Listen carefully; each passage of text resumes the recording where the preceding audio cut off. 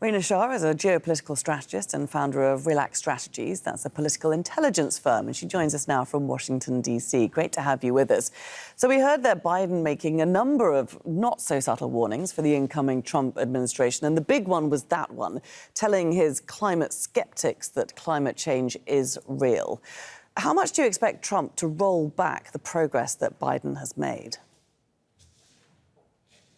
In comparison, Trump's climate agenda is almost non-existent compared to Biden and, frankly, any Democrat that's tried to get anything done regarding environmental change over the past 8 years. What we knew about former President Trump and now the president-elect is that his Environmental Protection Agency was very concerned about all the doings of the Democrats, is what they'd call them. They were looking to really dismantle whatever Democrats had put in place to be part of the world's progress towards cleaner energy, for example, or towards a more sustainable way of living, whether here within these United States or, again, globally, our impact on the world when it comes to environment. So I don't know what we're really set to expect this time. Could it be a rewrite of his first term? In many ways, yes. But what I think I'm encouraged by, as well as many other political insiders are encouraged by, is how this transition has gone so far. He hasn't exactly, President-elect Trump, that is, has not put the same exact people back in place as he did from the first time. So maybe new people from the private sector will come in with not a fully different agenda, but one that would be a different comparison to Trump's first term on the issues of environment and energy in particular. Well, some people might look at the picks, Trump's picks, as being different only insofar as these are people who are more aligned with Trump's policy objectives.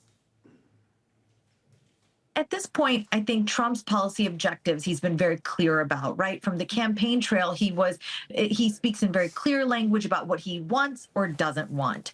And frankly, what we heard from outgoing President Biden today is a warning that I think will fall on deaf ears. You know, this future Trump administration plans to have a relationship with the private sector in a way that I don't think we even saw during the first term. Are these people entirely aligned with Trump, or are they more self-interested? Do they have their own corporate interests in particular? That is what I think we're looking at, the latter there. So on the one hand, you see loyalists in these people, but are these the same type of loyalists who will blindly execute any edict from the executive branch? I wouldn't be so sure. I'd be willing to give it something of a chance this time because, again, we're looking at people with vast private sector experience this time, not just right-wing folks who've been by his side during the campaign entirely. Yeah, it'll be very interesting to watch those dynamics. Let's talk a little bit about the Gaza ceasefire that's so prominent today especially, and it does come on the cusp of this new administration. So when you're looking at it, when America is looking at it, do they see this being Biden's deal or Trump's?